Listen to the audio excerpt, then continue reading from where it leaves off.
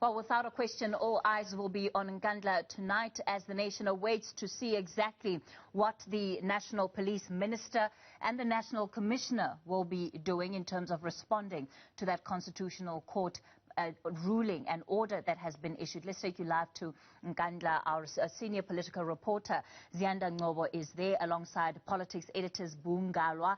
Firstly, let's just get a sense of what is happening in the homestead and around the homestead of the president tonight. Ziyanda, let me begin with you.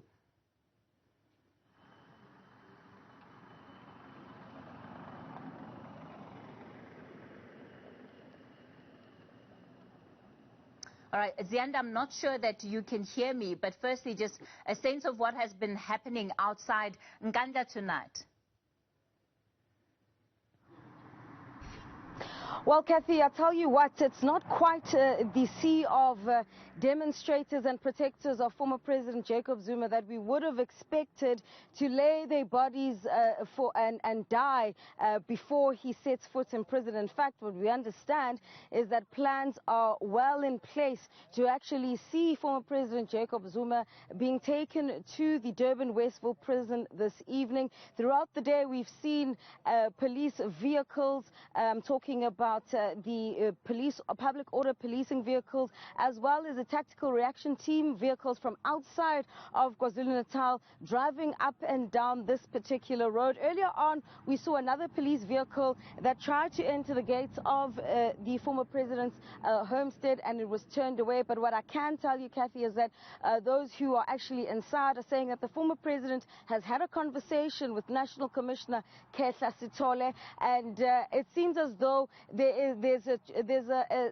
a plan to make this as dignified as possible. You'll know, Kathy, that the VIP protection service, which the former president enjoys, falls under the ambit of the South African Police Service.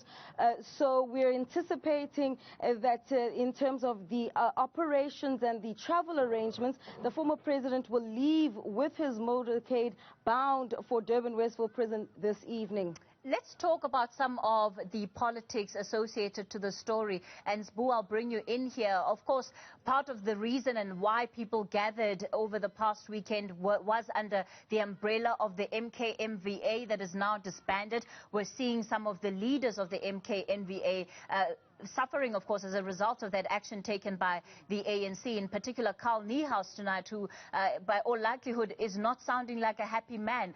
Do you think that that has had an impact at all on the lack of organizing of supporters outside the homestead of the former president tonight?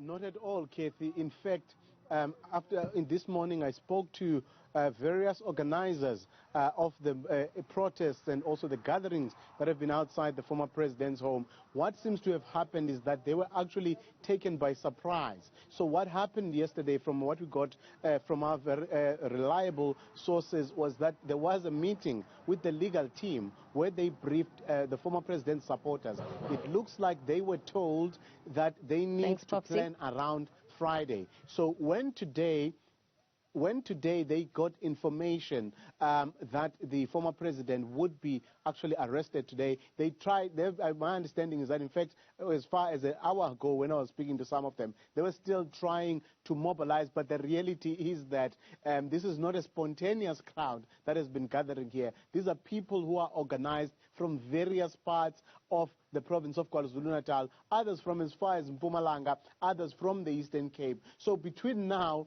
and the time that the former president has to hand himself over to the police, I don't think they will be able to do that. That is exactly why they are not here today, and they have told me, at least independent of each other, that they actually were caught unawares. So which is why you actually have this place, Nkandla, is actually very quiet today. It's as if the neighbors are oblivious to what is happening around them, Kathy. There is also some movement from where I'm standing, actually. There's some little movement at the homestead of the former president. There have been a number of VIP cars. I'm just going to step out of the shot and see if maybe my colleague Luyanda can zoom in a bit. There's a movement there of some VIP cars, and we understand, Kathy, this is because part of that discussion between the former president and the leadership of the police was that police would not come to pick him up here at Nkandla, but rather he would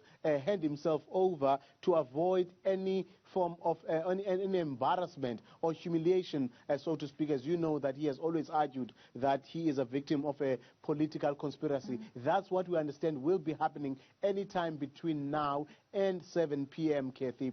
That's what we understand will be happening here, where he will then end up at the Westville prison, because that letter or that response from the Constitutional Court is still outstanding, which effectively means that he will have to hand himself over to the police. Insofar as the MKMVA is concerned, I think the reality here is that it was only a matter of time before someone like a Carl Niehaus is charged. I guess one can also anticipate that there will be more charges, because Carl Niehaus was not alone on that podium on the very night. I guess it also explains why Ace Magashule has been asked to explain his inflammatory comments that he made on the day when he was here on Sunday, Kathy. Linda, we've heard numerous statements coming out of KwaZulu-Natal, in particular attributed to the family members of the former president. In as far as what you've been watching, talk to me about what we know about the posture that the family members of the Zuma family are taking tonight. We've heard his son Edward numerous times and reiterating earlier on in the day that he would rather die before he sees his father go to jail.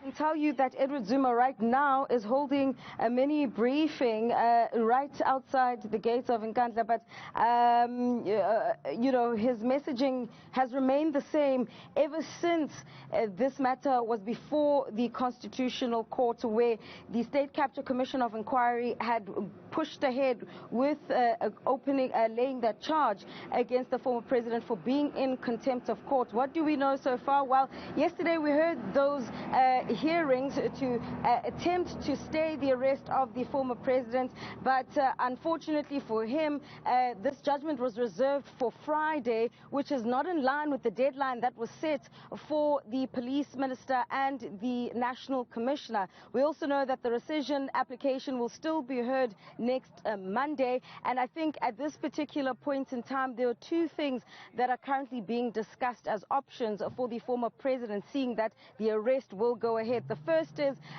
possibly having President Cyril Ramaphosa granting the president a presidential pardon. And the other option here, Kathy, is that when you look at the Correctional Services Act, Section 73 of that act says that a prisoner does qualify for parole if their sentence is less than 24 months and if they've served a quarter of their sentence. So that would be about 3.5 months. If you look at a quarter of 15 months. So these seem to be the options right now. But at this stage, as we continue to stand outside the gates of Zuma's Nkandla homestead, we know that there are plans afoot to make Durban and other parts of KwaZulu-Natal ungovernable. That's the word from supporters of former President Jacob Zuma, as he is expected to leave either around 6 this evening or 7 o'clock, bound for Durban Westville prison. Linda, let me quickly bring you into this conversation. You've had the opportunity throughout the day to engage with some of the locals in Nkandla. What are they saying about this moment?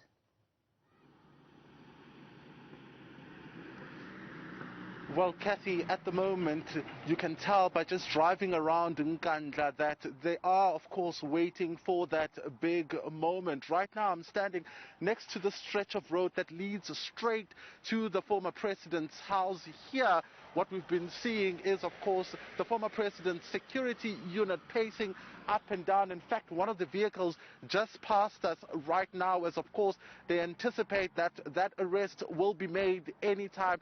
As, of course, the clock ticks, we don't know what antics or tactics the police will be using to arrest the former president. But from what you're seeing from the residents here, it is, of course, one of those moments where they've never seen before. I mean, if you drive down to on this particular street, there are a couple of shops just not far from the former president's home. And when you pass as a media person or as a journalist or with a branded car, they ask, when is it going to happen? So there's great anticipation for that moment and what exactly it will look like. But also, those questions still stand. What has the former president done? Why him? So those are the questions that are coming out from the ground right now. All right, we've got every corner of Nkandla covered as we bring you the latest in terms of the impending arrest of former President Jacob Zuma, as you heard from our team there. That is expected to take place at 7 o'clock tonight. Will it actually go ahead? Will it happen? That's what we'll have to wait and see. And of course, they'll be bringing you all of the latest updates. Sbu Ngalwa, Ziyanda Ngcobo and Linda Mnisi. Let's pause it there for now.